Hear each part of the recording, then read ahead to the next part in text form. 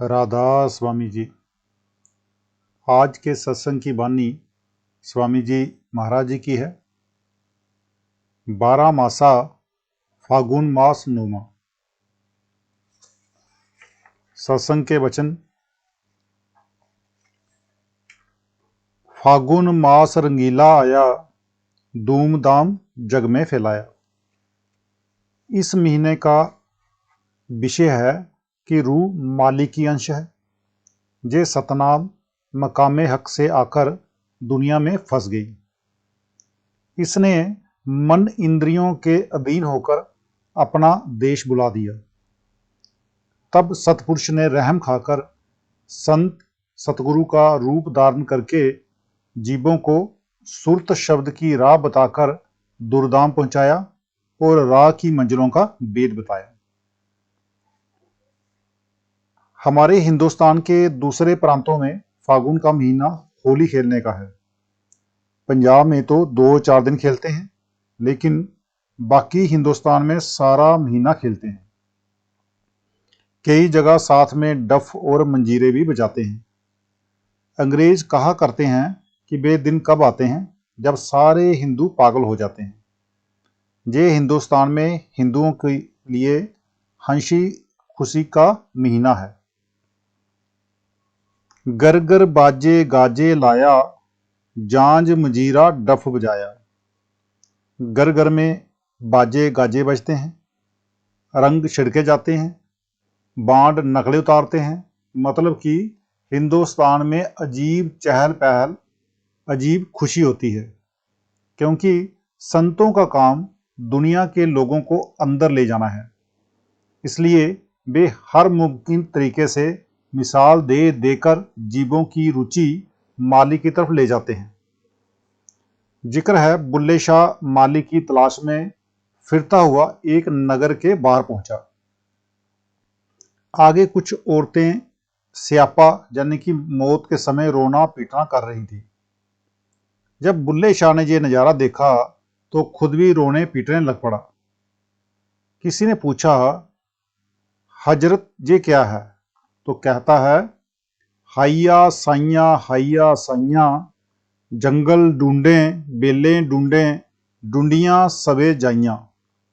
जद मैं आके बेखन लगा, आन लबो बिच माइयां, हाइया साइया। इसी तरह संत दुनियादारी में रहकर उनकी हरकतों को परमार्थ की तरफ खींचकर ले जाते हैं। फिर कहते हैं, जे नर देही फागुन मास, सुरत सखी आई कर्ण विलास। फागुन का महीना इंसान की जिंदगी की तरह है। इसको इस जिंदगी में कुछ हासिल करना था। रूह मालिकी अंश है। इसको चाहिए था कि काम क्रोध आदि और मन इंद्रियों को छोड़कर मालिके हकीकी यानी कि परम पिता परमात्मा से मिलाप करती। इसे मालिक से मिलकर स्वागिन बनना था, मगर नहीं बनी। फिर आप कहते हैं, मन इंद्री संग खेली फाग, उत्से सोई इतको जाग। इसके अंदर बेशुमार नूर और प्रकाश था, ला इंतहा खजाना था। इसे उन्हें देखते हुए मालिक से मिलाप की होली खेलनी थी, मगर ये मन जो है ये इंद्रियों के साथ विषय विकारों की होली खेलने लग गया। राजा की लड़की को किसी महाराजा से शादी करके महारानी बनना था, मगर उसने कूड़ा फेंकने वाली के साथ मित्रता कर ली। अब वह कूड़ा उठाती है, यानी रूह 9 दरवाजों में ही सारा वक्त गुजारती है, जिसमें से मैल निकलता है। ये जितने दरवाजे हैं ये सब के सब मैले हैं। रूह मन के वश में है, मन के कंट्रोल में है, मन इंद्रियों के वश में है। मन ने इंद्रियों से मोहब्बत की हुई है। रूह और मन दोनों मालिक की तरफ से बुले हुए हैं। इसको खबर नहीं कि मेरा देश कौन सा है और मुझे किस रास्ते जाना है और कैसे पहुंचना है। मन ही इसका दीन ईमान खुदा और मुर्शिद है। सोचकर देख लो, हम मन के कहे खाते हैं, मन के कहे पीते हैं। रिश्ते नाते दोस्ती दुश्मनी मतलब ये कि जो कुछ करवाता है मन ही करवाता है। फिर ये मन रूह जैसी महारानी को पाकर भी सब्र नहीं करता, बल्कि आगे बेशियों यानी इंद्रियों के वश में पड़ा हुआ है। आंखें मन को सुंदर सुंदर रूप को की तरफ देखकर उसकी तरफ खींच कर ले जाती हैं। कान मधुर मधुर रागों की तरफ और जवान लज्जतों की तरफ खींच के ले जाती है। इनके साथ रूह को भी जाना पड़ता है। वह इन चीजों के साथ दोस्ती करके फंस गई है। फिर कहते हैं, जग में असंजोग मिलाया, लोक लाज कुल चाल चलाया।